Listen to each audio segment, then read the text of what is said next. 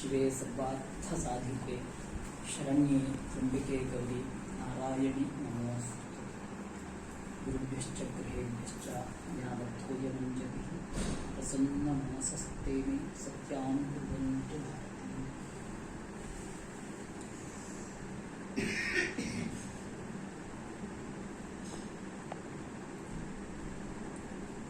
ಈ ಪ್ರಪಂಚವನ್ನು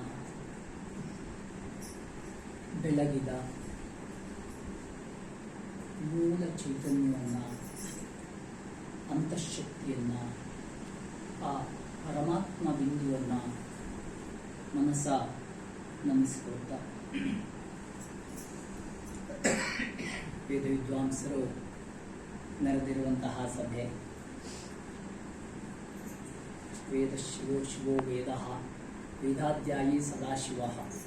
ಅದರಿಂದ ಸಾಕ್ಷಾತ್ ಸದಾಶಿವನ ಸಾನ್ನಿಧ್ಯವೇ ಇಲ್ಲಿ ಇದ್ದಿರುವಂತಹದ್ದು. ಅಂತಹ ವೇದ ವಿದ್ವಾಂಸರನ್ನ ಸಾಷ್ಟಾಂಗ ಪ್ರಣಾಮವನ್ನು ಮನಸ್ಸ ಮಾಡಿಕೊಂಡು ನೆರೆದಿರುವಂತಹ, ತಿಳಿದಿರುವಂತಹ ಸಮಾಜದ ಬೆಳಕಿನ ವ್ಯಕ್ತಿಗಳೇ,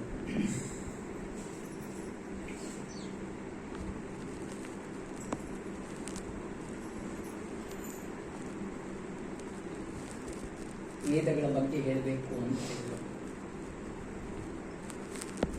ನಾವು ಸ್ವಲ್ಪ ಈ ಸಂದರ್ಭದಲ್ಲಿ ಮಾತಾಡಿದ್ರೆ ಏನಾಗ್ತದೆ ಅಂತ ಕೇಳಿದ್ರೆ, ಸುಂದರವಾದ ಒಂದು ಸಿನಿಮಾವನ್ನು, ಧಾರಾವಾಹಿಯನ್ನು ನೋಡ್ತಾ ಇರುವಾಗ ಮಧ್ಯದಲ್ಲಿ ಬರುವ ಅಡ್ವರ್ಟೈಸ್ ಆದಾಗ, ಜಾಹೀರಾತು ಆದಾಗ, ವಸ್ತುತಃ ಬೇಕಾದದ್ದೇನು ಕೇಳಿದ್ರೆ ಜಾಹೀರಾತನ್ನ, ಬೇಕಾದದ್ದೇನು ಅಲ್ಲಿ ಬರ್ತಾ ಇರುವಂತಹ ಯಾವುದೋ ಒಂದು ವಿಷಯಾಧಾರಿತವಾದಂತಹ ಒಂದು ಧಾರಾವಾಹಿಯೋ ಏನೋ ಒಂದು ಆಗಿದೆ.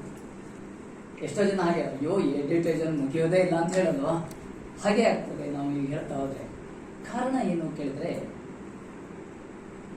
ಯಾವುದಾಗಬೇಕೋ ಅದು ಆಗ್ತಾ ಇದೆ. ಅದರ ಮಧ್ಯದ ಸ್ವಲ್ಪ ಅದರ ಬಗ್ಗೆ ವಿಶೇಷವಾದ ವಿಸ್ತಾರವಾದ ವಿಷಯವನ್ನು ತಿಳಿಸಿಕೊಡ್ಬೇಕು ಅನ್ನುವಂಥದ್ದು ಯಜಮಾನರ ಒಂದು ಕೋರಿಕೆ. ಇರಲಿ, ಎಷ್ಟು ಸಾಧ್ಯವೋ ನಮ್ಮ ಮತಿಯಲ್ಲಿ ಏನು ಇದೆಯೋ ಅದನ್ನು ನಾವು ನಿಮ್ಮ ಜೊತೆಗೆ ಹಂಚಿಕೊಳ್ಬೇಕು ಅಂತ ಪ್ರಯತ್ನಿಸ್ತೇವೆ.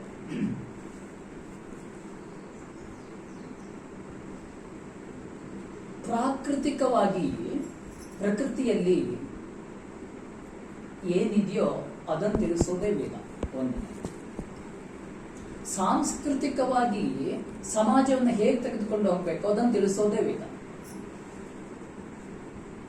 ಜೀವನವನ್ನ ಹೇಗೆ ನಡೆಸಬೇಕು ಅನ್ನುವಂತಹ ಮಾರ್ಗದರ್ಶನ ಯಾವುದು ಮಾಡ್ತದೆಯೋ ಅದೇ ವೇದ.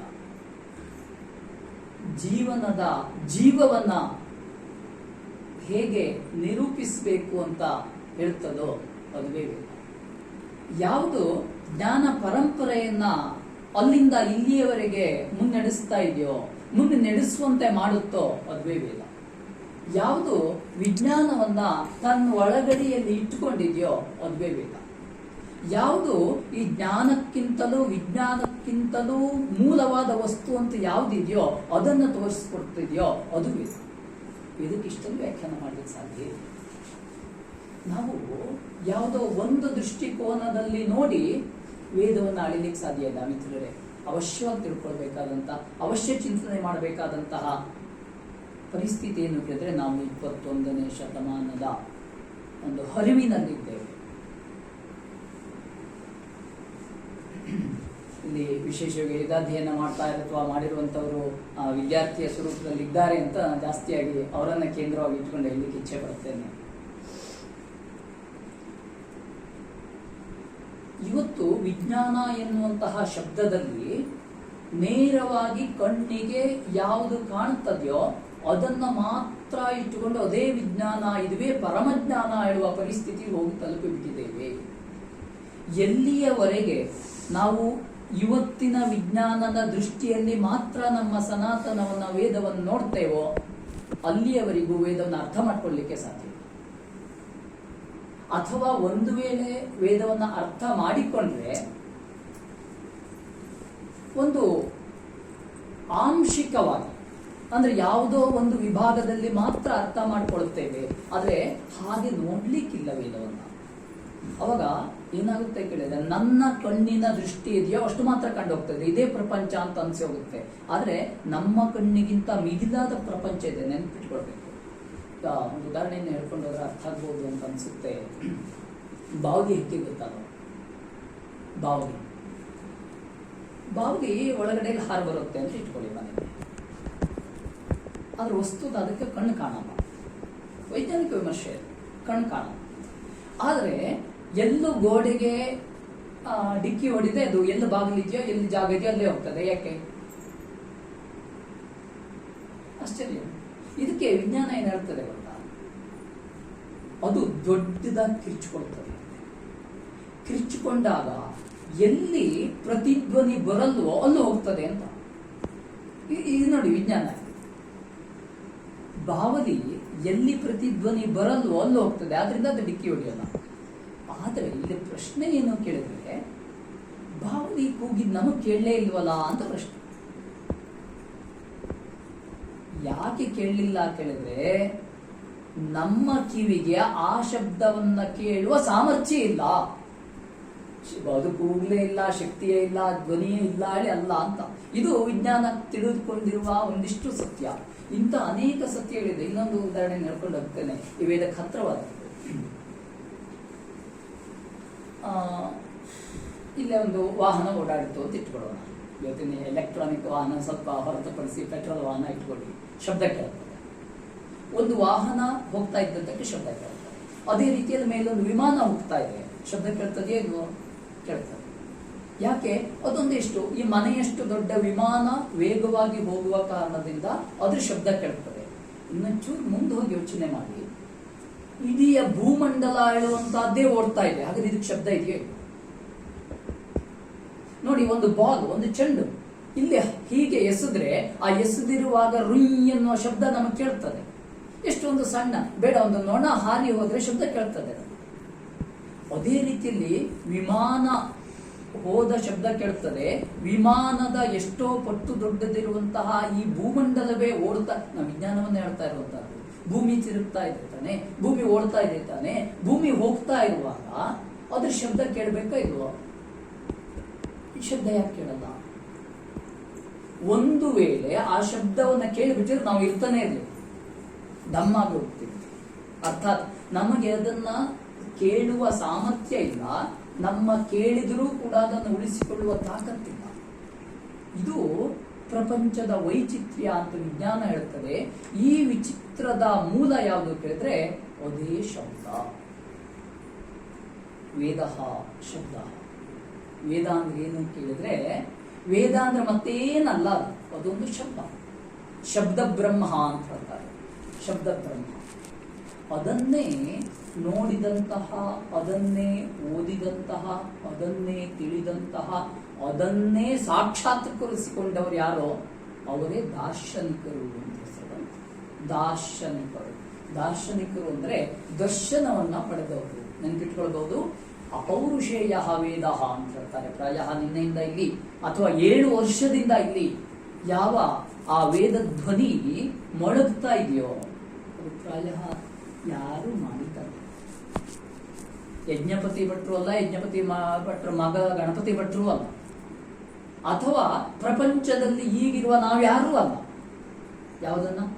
ಆ ವೇದದ ಶಬ್ದವನ್ನ ಮಾಡಿದವರು ನಾವ್ಯಾರೂ ಅಲ್ಲ. ಆದ್ರೆ ಒಂದು ಯಾರು ಮಾಡಿದ್ರೋ ಅದನ್ನ ಉಳಿಸಿಕೊಂಡು ಬಂದವರು ಇವರು. ಈ ಭಾರತದ ಪರಂಪರೆ ಏನು ವಿಚಿತ್ರ ಕೇಳಿದ್ರೆ ಇದೇ ಒಂದು ವಿಚಿತ್ರ. ಇದನ್ನ ವಿದೇಶಿಗರಿಗೆ ಅರ್ಥ ಮಾಡ್ಕೊಳ್ಳಿಕ್ಕೆ ಆಗಲಿಲ್ಲ. ಅಂತಹ ಒಂದು ವಿಶಿಷ್ಟ ಪರಂಪರೆ ನಮ್ಮ ಭಾರತದಲ್ಲಿದೆ. ಅಂತಹ ಪುಣ್ಯ ಭೂಮಿಯಲ್ಲಿ ನಾವು ಆಕಸ್ಮಿಕವಾಗಿ ಏನೋ ಹುಟ್ಟು ಬಿಟ್ಟಿದ್ದೇವೆ. ಹುಟ್ಟಿದ ತಪ್ಪಿಗಾದ್ರೂ ನಾವು ಇದಕ್ಕೆ ಶರಣಾಗ್ಕೊಂಡಿರ್ತೇವೆ. ಸರಿಯಾಗಿದ್ರೆ ಆಯ್ತಲ್ಲ, ತಪ್ಪಿಗಾದ್ರೂ ಆಗಿರ್ಬೇಕು ಅಂತ ತಾತ್ಪರ್ಯ. ಇಲ್ಲಿ ಇದು ವೇದದ ಮೂಲ ಅಂತ. ವೇದ ಅಂದ್ರೆ ಮತ್ತೇನಲ್ಲ, ಸಂಪೂರ್ಣ ಪ್ರಪಂಚದ ಯಾವುದೋ ಒಂದು ಶಬ್ದವನ್ನ, ಯಾವುದೋ ಒಂದು ತರಂಗವನ್ನ, ಯಾವುದೋ ಒಂದು ಇದ್ದಿರುವ ಸತ್ಯವಾದ, ನಿತ್ಯವಾದ, ಆಂಶಿಕವಾದ ಸ್ವರೂಪವನ್ನ ಯಾರು ನೋಡಿದ್ರೋ ಅಲ್ಲಿ ವೇದದ ಆರಂಭ ಆಯಿತು. ಆದ್ರಿಂದ ವೇದವನ್ನು ಯಾರು ಬರೆದವರಲ್ಲ, ಯಾರೂ ಬರಲಿಲ್ಲ. ಏನ್ ಮಾಡಿದ್ರು? ವೇದವನ್ನ ನೋಡಿದ್ರು. ಆ ನೋಡಿದ್ರು ಅಂದ ಕೂಡಲೇ ನಮ್ಮ ಕಣ್ಣು ಎರಡು ಅರಳಿ ಬಿಡುತ್ತೆ. ಆದ್ರೆ ಬಿಟ್ಟ ಕಣ್ಣಿಂದ ನೋಡಿರುವಂತಹದ್ದು ವೇದ ಅಲ್ಲ, ಮುಚ್ಚಿಕೊಂಡಿರುವ ಕಣ್ಣಿನಿಂದ ನೋಡಿರುವಂತಹದ್ದು ವೇದ. ಇದು ನಮಗೆ ಲೌಕಿಕರಿಗೆ ಅರ್ಥ ಆಗ್ಲಿಕ್ಕೆ ಸ್ವಲ್ಪ ಕಷ್ಟ. ಇವತ್ತಿನ ವಿಜ್ಞಾನದ ದೃಷ್ಟಿಯಲ್ಲಿ ಅರ್ಥ ಆಗ್ಲಿಕ್ಕೆ ತುಂಬಾ ಕಷ್ಟ. ಅಯ್ಯೋ, ನೋಡೋದು ಅಂದ್ರೆ ಕಣ್ಣು ಮುಚ್ಕೊಂಡು ಏನ್ ನೋಡ್ತಾನೆ ಅಂತ ಪ್ರಶ್ನೆ ಬರ್ತದೆ. ಆದ್ರೆ ಕಣ್ಣು ಬಿಟ್ಟು ನೋಡೋದ 99 ಭಾಗ ಕಣ್ಣು ಮುಚ್ಚಿಕೊಂಡಾಗ್ಲೇ ನೋಡ್ಲಿಕ್ಕೆ ಸಾಧ್ಯ ಇದೆ. ಇದು ಪ್ರಪಂಚದ ಮತ್ತೊಂದು ಸತ್ಯ. ಆದ್ದರಿಂದ ಯಾವಾಗ ನಮ್ಮ ಪ್ರಾಚೀನ ವಿಜ್ಞಾನಿಗಳು ಶಬ್ದವನ್ನ ನೋಡಿದ್ರು, ಶಬ್ದವನ್ನ ಸಾಕ್ಷಾತ್ಕರಿಸಿಕೊಂಡ್ರು, ಆ ಶಬ್ದದ ಸ್ವರೂಪವನ್ನೇ ನಾವು ಇವತ್ತು ವೇದ ಅಂತ ಹೇಳ್ತಾ ಇದ್ದೇವೆ. ಇವತ್ತು ಯಾವುದು ವೇದ ಅಂತ, ಯಾವುದು ವೇದ ಪಾರಾಯಣ ಅಂತ ಮಾಡ್ತಾ ಇದ್ದೇವೋ ಅದು ಜಗತ್ತಿನಲ್ಲಿರುವ ಒಂದು ಸತ್ಯವಾದ ಪರಮಾತ್ಮನ ಅಂಶವಾದಂತಹ ಶಬ್ದ ಸ್ವರೂಪವೇ ವೇದ. ನಮಗೆ ಭಾರತೀಯರು ಏನು ಕೊಟ್ಟರು ಪ್ರಪಂಚಕ್ಕೆ ಕೇಳಿದ್ರೆ ಇದನ್ನು ಕೊಟ್ಟರು. ಯಾರಿಗೂ ನೋಡಲು ಸಾಧ್ಯ ಇಲ್ಲದೆ ಇರುವಂತಹ ಅಥವಾ ಸಾಮಾನ್ಯರ ದೃಗ್ಗೋಚರ ಆಗಲಿಕ್ಕೆ ಸಾಧ್ಯ ಇಲ್ಲದೆ ಇರುವಂತಹ ಅಂತಹ ಶಬ್ದ ತರಂಗವನ್ನ ಸಾಕ್ಷಾತ್ಕರಿಸಿಕೊಂಡ್ರಲ್ಲ, ಅಂತಹ ಋಷಿ ಮಹರ್ಷಿಗಳಿಗೆ ನಾವು ಯಾವತ್ತೂ ಕೂಡ ಕೃತಜ್ಞರಾಗಿರಬೇಕು. ಅಂತಹ ಶಬ್ದ ರಾಶಿಗಳನ್ನ ಹೇಗೆ ಇಟ್ಕೊಂಡು ಬಂದ್ರು ಅಂತ ನೋಡಿದ್ರೆ ಬಹಳ ವಿಶಿಷ್ಟವಾದ ಅಂಶಗಳಿದೆ. ಯಾಕೆಂದ್ರೆ ಕೆ ಟಿ ಭಟ್ರು ಇದ್ದಾರೆ. ಯಾಕೆಂದ್ರೆ ನಾನು ಅವರನ್ನು ಯಾಕೆ ಕೇಳ್ಕೊಂಡ್ರೆ ಕೇಳಿದ್ರೆ, ಅವರು ಸ್ಥಾನದಲ್ಲಿ ಒಂದು ಶೈಕ್ಷಣಿಕ ವ್ಯವಸ್ಥೆಯಲ್ಲಿ ಉನ್ನತ ಸ್ಥಾನಕ್ಕೆ ಹೋದವರು. ಆದ್ರೆ ಇವತ್ತಿನ ಶೈಕ್ಷಣಿಕ ವ್ಯವಸ್ಥೆ ಎಲ್ಲಿ ಏನನ್ನು ನೋಡ್ತಾ ಇದೆ, ಯಾಕೆ ವೇದವನ್ನ ನೋಡ್ತಾ ಇಲ್ಲ, ಇದ್ರ ಬಗ್ಗೆ ನಾವು ಚಿಂತನೆಯನ್ನು ಮಾಡಿಕೊಳ್ಳುವಂತಹ ಪ್ರಸಂಗದಲ್ಲಿ ಇದ್ದೇವೆ. ನೋಡಿ, ಭಾರತೀಯ ಪರಂಪರೆ ಹೇಗೆ ಬಂತು ಕೇಳಿದ್ರೆ, ವೇದವನ್ನ ಯಾರು ಕೂಡ ಓದಲಿಲ್ಲ. ಯಾಕೆ? ಓದ್ಬೇಕು ಅಂದ್ರೆ ಬರೆದಿರ್ಬೇಕಾಗಿತ್ತು. ಬರ್ದಿದ್ರು ಓದೋದು ತಾನೆ. ಬರದೇ ಇಲ್ವಲ್ಲ, ಬರದೇ ಇಲ್ಲೇ ಓದೋದೇನನ್ನ. ಅದರಿಂದ ವೇದವನ್ನ ಏನ್ ಮಾಡ್ತಾ ಇದೆಯಾ ಕೇಳಿದ್ರೆ ಏನ್ ಹೇಳ್ತೀರಿ ನೀವು? ವೇದವನ್ನ ಅಧ್ಯಯನ ಮಾಡ್ತಾ ಇದ್ದೇವೆ ಹೇಳ್ತಾರೆ, ವೇದವನ್ನು ಓದ್ತಾ ಇದ್ದೇನೆ ಅಂತ ಹೇಳೋದೇ ಇಲ್ಲ. ಓದೋದು ಯಾವ್ದನ್ನ ಕೇಳಿದ್ರೆ ಪೇಪರ್. ವೇದವನ್ನು ಓದ್ಲಿಕ್ಕೆ ಸಾಧ್ಯ ಇಲ್ಲ. ವೇದವನ್ನು ಅಧ್ಯಯನವನ್ನ ಮಾಡಬೇಕು. ಓದೋದಕ್ಕಿಂತ ಮುಂಚಿನ ಸ್ಟೆಪ್ ಅಥವಾ ಹಿಂದಿನ ಒಂದು ಸೋಪಾನ ಯಾವುದು ಕೇಳಿದ್ರೆ ಕೇಳೋದು. ಓದೋದರ ಹಿಂದೆ ಕೇಳೋದು. ಹಾಗಾದ್ರೆ ಕೇಳೋದ್ರ ಹಿಂದೆ ಅದು ಹೇಳೋದು, ಹೇಳೋದ್ರ ಹಿಂದೆ ಏನು ನೋಡುವುದು. ಇದು ವೈಚಿತ್ರ್ಯ. ಮೊದಲು ನೋಡು, ನೋಡಿದ್ದನ್ನ ಕೇಳು, ಕೇಳಿದ್ದನ್ನ ಹೇಳು. ಇವತ್ತು ವೇದ ಪಾರಾಯಣ ಅಂದ್ರೆ ಏನ್ ಹೇಳಿ? ವೇದವನ್ನ ಹೇಳುವುದು ಅಂತ ಅರ್ಥ. ವೇದವನ್ನ ಹೇಳೋದು. ಆ ಹೇಳಿದ್ದು ಹೇಗೆ ಕೇಳಿದ್ರೆ ಕೇಳಿದ್ರಿಂದ ಹೇಳಿದ್ದು, ಅದರಿಂದ ಶ್ರುತಿ ಅಂತ ಹೆಸರು. ವೇದಕ್ಕೆ ಮತ್ತೊಂದು ಹೆಸರು ಏನು ಕೇಳಿದ್ರೆ ಶ್ರುತಿ. ಯಾಕೆ ಕೇಳಿದ್ರೆ ಓದಿದ್ದಲ್ಲ, ಅದು ಕೇಳಿದ್ದು. ಕೇಳಿರ್ಬೇಕು ಅಂತ ಆದರೆ ಯಾರೋ ಒಬ್ರು ಹೇಳಿರ್ಲೇಬೇಕು. ಯಾರು ಬರೆದಿಟ್ಬಿಟ್ಟಿದ್ರೆ ಹೇಗಾದ್ರು ಆಗ್ತಿತ್ತು. ಕೇಳಬೇಕು ಅಂದ್ರೆ ಯಾರೋ ಒಬ್ರು ಹೇಳಲೇಬೇಕು, ಅನಿವಾರ್ಯ. ಆದ್ರೆ ಒಬ್ರು ಹೇಳಿದ್ದನ್ನ ಅದೇ ಕ್ಷಣದಲ್ಲಿ ಕೇಳಬೇಕು, ಅದೇ ಅನಂತರಲ್ಲಿ ಕೇಳಲಿಕ್ಕೆ ಬರಲ್ಲ. ನೆನ್ಪಿಟ್ಟುಕೊಳ್ಳಿ, ಬರೆದಿದ್ದಾದ್ರೆ ಇವತ್ತು ಬರೆದಿದ್ದು 10 ವರ್ಷದ ನಂತರ ಓದ್ಬಿಡ್ಬೇಕು. ನೋ, ಇಲ್ಲ, ಅವಕಾಶವೇ ಇಲ್ಲ. ಕೇಳಬೇಕು, ಹೇಳಿದ ಕೂಡಲೇ ಕೇಳಬೇಕು. ಹಾಗಾದ್ರೆ ಹೇಳುವವ ಕೇಳುವವ ಎಲ್ಲಿರ್ಬೇಕಾಯ್ತು? ಅಲ್ಲೇ ಇರಬೇಕು. ಇದಕ್ಕೆ ಅಂತೆವಾಸಿ. ಈ ವ್ಯವಸ್ಥೆ ನಮ್ಮ ಭಾರತೀಯ ಗುರು ಪರಂಪರೆಯಲ್ಲಿ ಬಂದಿದೆ. ಅಂತೆವಾಸಿಗಳಾಗಿದ್ದಾಗ ಮಾತ್ರ ಹತ್ತಿರ ಸಾಮೀಪ್ಯದಲ್ಲಿ ಉಪನಯನ ಹತ್ತಿರದಲ್ಲಿದ್ದರೆ ಮಾತ್ರ ಈ ಹೇಳುವಿಕೆ ಕೇಳುವಿಕೆ ಹೇಳುವಂತ ಒಂದು ವ್ಯವಸ್ಥೆ ಬರ್ತದೆ. ಅಂತಹ ವ್ಯವಸ್ಥೆಯಲ್ಲಿ ಅನೂಚಾನವಾಗಿ ಇಂದಿನವರೆಗೆ ನಡೆದು ಬಂದಿರುವಂತಹದ್ದು ವೇದ ಮಂತ್ರ. ಇಲ್ಲಿ ಇನ್ನೊಂದೆರಡು ವಿಷಯ ವೈಜ್ಞಾನಿಕವಾಗಿ ಹೇಳ್ಕೊಂಡು ಹೋಗ್ಬೇಕು. ಒಪ್ಪಲೇಬೇಕು ಅಂತ ಅರ್ಥ ಅಲ್ಲ. ಆದ್ರೆ ಇವತ್ತಿನ ಕಾಲದಲ್ಲಿ ಯಾರನ್ನ ನಾವು ಒಪ್ಕೊಂಡು ಬಂದಿದ್ದೇವೋ, ಯಾರನ್ನ ಅಂದ್ರೆ ಮ್ಯಾಕ್ಸ್ ಮುಲ್ಲರ್ ಇವರನ್ನೆಲ್ಲ ಒಪ್ಕೊಂಡು ಬಂದಿದ್ದೇವೆ. ಅವ್ರು ಹೇಳುವ ಮಾತನ್ನು ಇಟ್ಕೊಂಡೇ ನಾವು ಹೋಗೋಣ, ತೊಂದರೆ ಇಲ್ಲ. ಅವ್ರು ಏನಿರ್ತಾರೆ, ಸರಿಸುಮಾರು 6 ರಿಂದ 7 ಸಾವಿರ ವರ್ಷಗಳ ಹಿಂದೆ ಈ ವೇದಗಳ ರಚನೆ ಆಗಿದೆ ಅಂತ ಹೇಳ್ತಾರೆ. ಸಾಕು, ಅಷ್ಟನ್ನೇ ಇಟ್ಕೊಂಡು ಬರೋಣ. ಹೌದೋ ಅದು ಗೊತ್ತಿಲ್ಲ, ಸುಳ್ಳಂತೂ ಅಲ್ಲ. ಅದಕ್ಕಿಂತ ಹಿಂದೆ ಹೇಳಲಿಕ್ಕೆ ನಮ್ಮಲ್ಲಿ ಪ್ರಮಾಣಗಳಿದೆ, ಬೇಡ. ಅದನ್ನು ಒಪ್ಪಿಕೊಂಡು ಬಂದಿರುವೆ. ಪ್ರಪಂಚದಲ್ಲಿ, ಜಗತ್ತಲ್ಲಿ 6 ಸಾವಿರ 7 ಸಾವಿರ ವರ್ಷಕ್ಕಿಂತ ಹಿಂದಿನ ಯಾವುದೇ ಒಂದು ಇತಿಹಾಸವನ್ನು ತೆಗೆಯಲಿ ಸಾಧ್ಯವೇ ಇಲ್ಲ.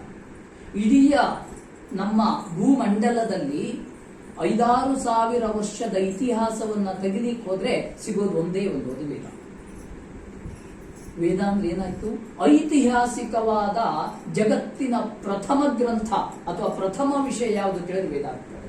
ಈ ರೀತಿಯಲ್ಲಿ ವೇದವನ್ನು ನಾವು ಏನು ಐತಿಹಾಸಿಕ ದೃಷ್ಟಿಯಲ್ಲಿ ನೋಡ್ಕೊಂಡು ಬರ್ಬೋದು. ಅದ್ರ ಬಗ್ಗೆ ಚಿಂತನೆಯನ್ನು ಬಿಡೋಣ. ಇವತ್ತು ಹೇಳಲಿಕ್ಕೆ ಹೋದರೆ ಬಹಳ ಹೆಚ್ಚಾಗ್ಬಿಡುತ್ತೆ.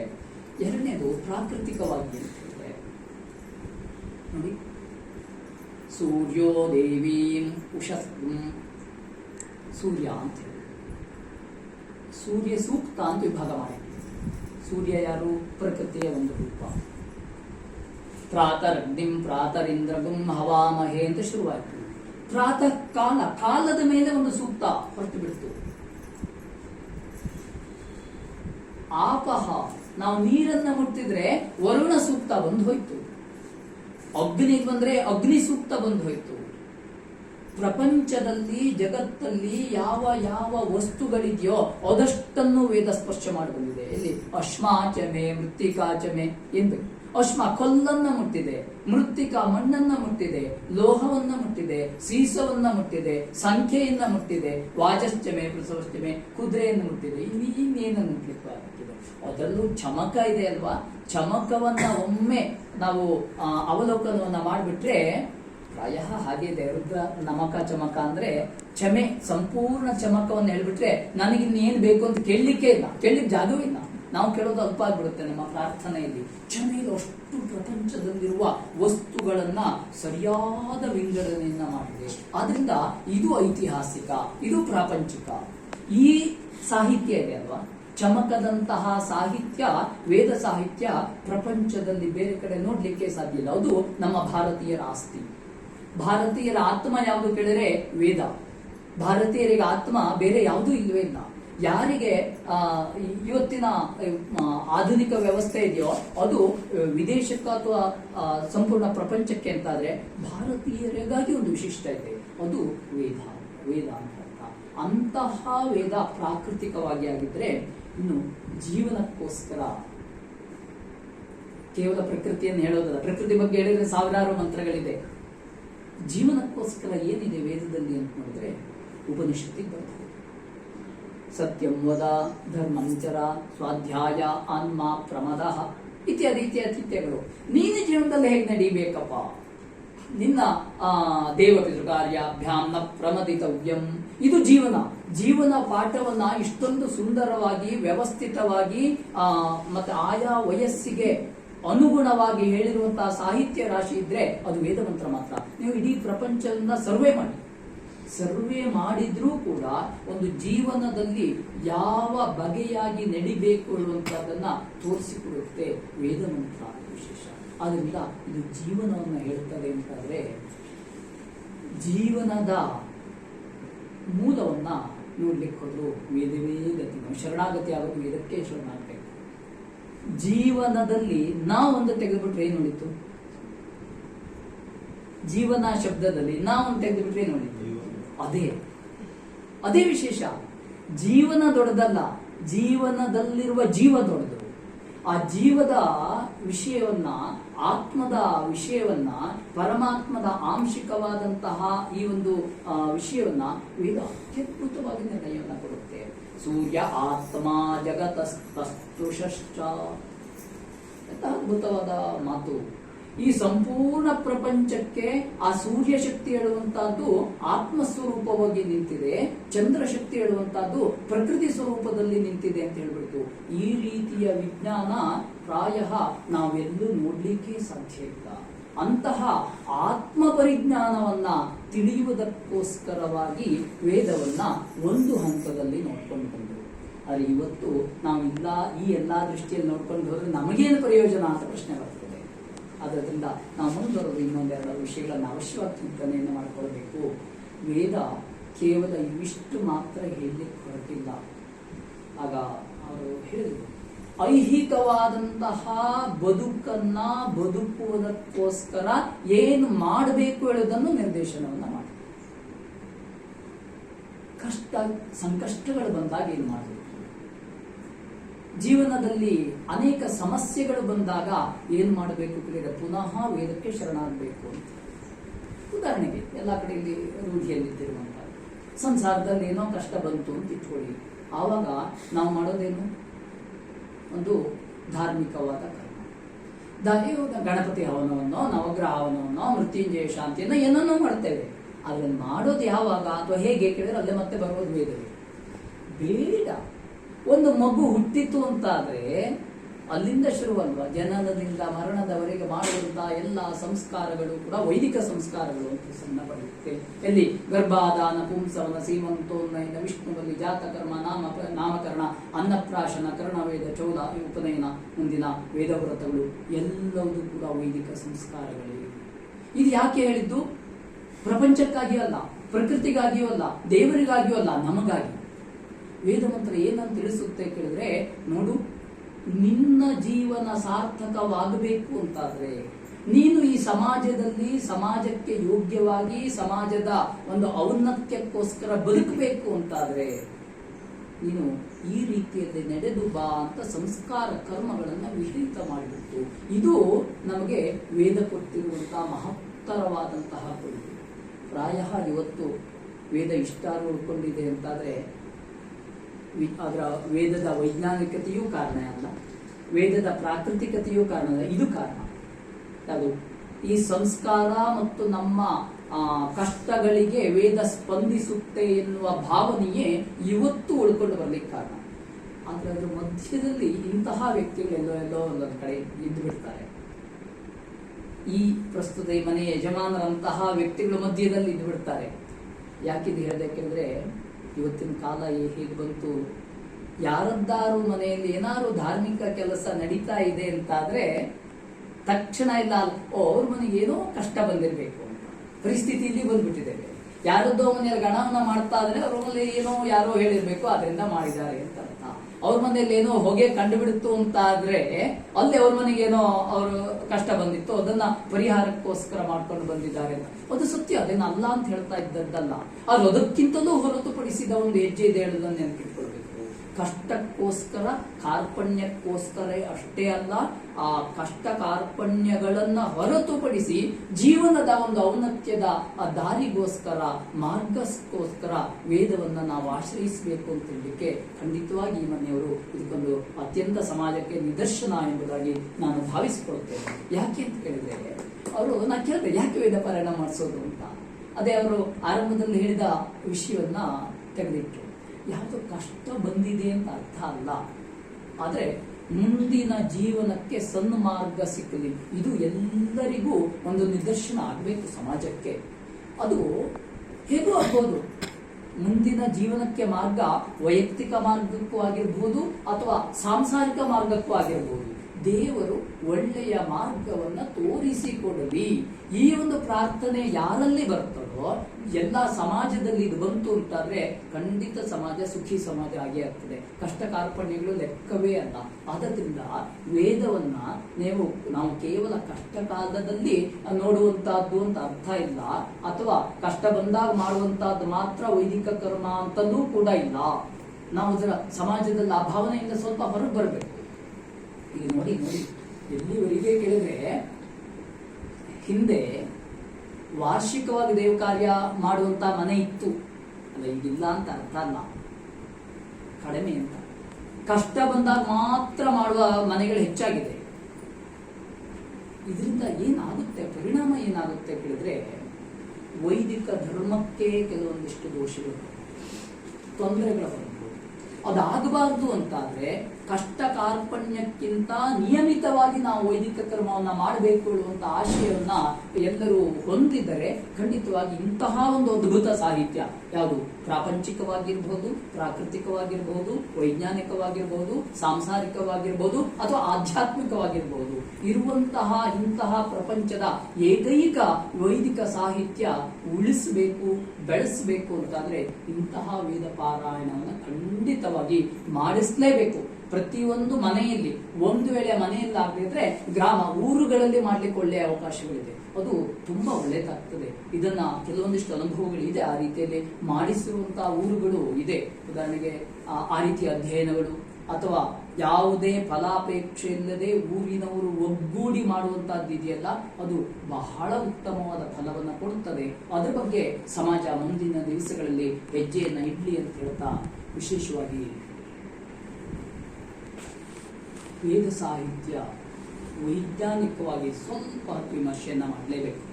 ನಾವು ಎಷ್ಟೇ ಕತೆ ಹೇಳಿದ್ರೂ ಇವತ್ತು